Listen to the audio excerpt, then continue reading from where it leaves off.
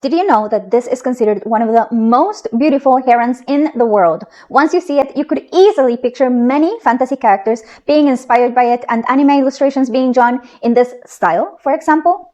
Quite surprisingly, I couldn't find any, so maybe a challenge for illustrators?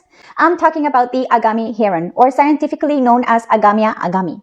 I can imagine there could be two reasons why it's not as known out there. One being that it's not quite easy to spot. Its habitat is in the tropical lowland forest along streams, small rivers and swamps, and coastal mangrove swamps. This means that it's rare to open areas. It tends to prefer the shade and overhanging vegetation, making it quite hard to spot. The best time to spot them is actually during the nesting season, which is happening right about now during the wet season in Costa Rica.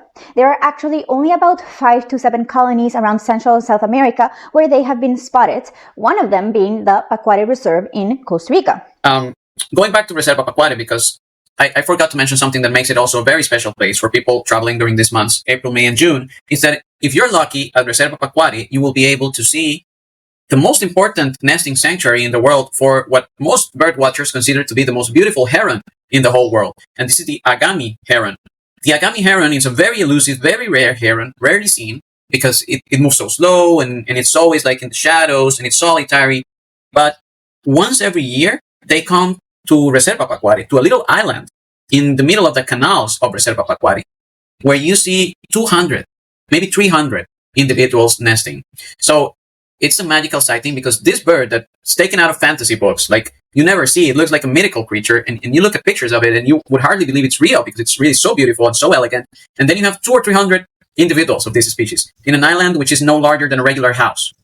The second reason why I believe it's not as well known in the world out there could be because it's listed as vulnerable by the IUCN, the International Union for Conservation of Nature, based on predictions of future habitat loss in lowland forest, particularly throughout the Amazon region. Which leads me to this. Being a conscious tourist is freaking awesome because you get to discover beautiful treasures given to us by nature, such as the Agami Heron, while you're supporting conservation. For example, the monitoring and conservation of this bird is critical in the Pacuare Reserve because it is the only nesting place of Agamia agami known in the Caribbean coast in Costa Rica, which is why they have developed the monitoring program of the nesting colony of Agami Heron since 2004 and have been saving data about the nesting population and the reproduction of the colony that comes to nest once a year.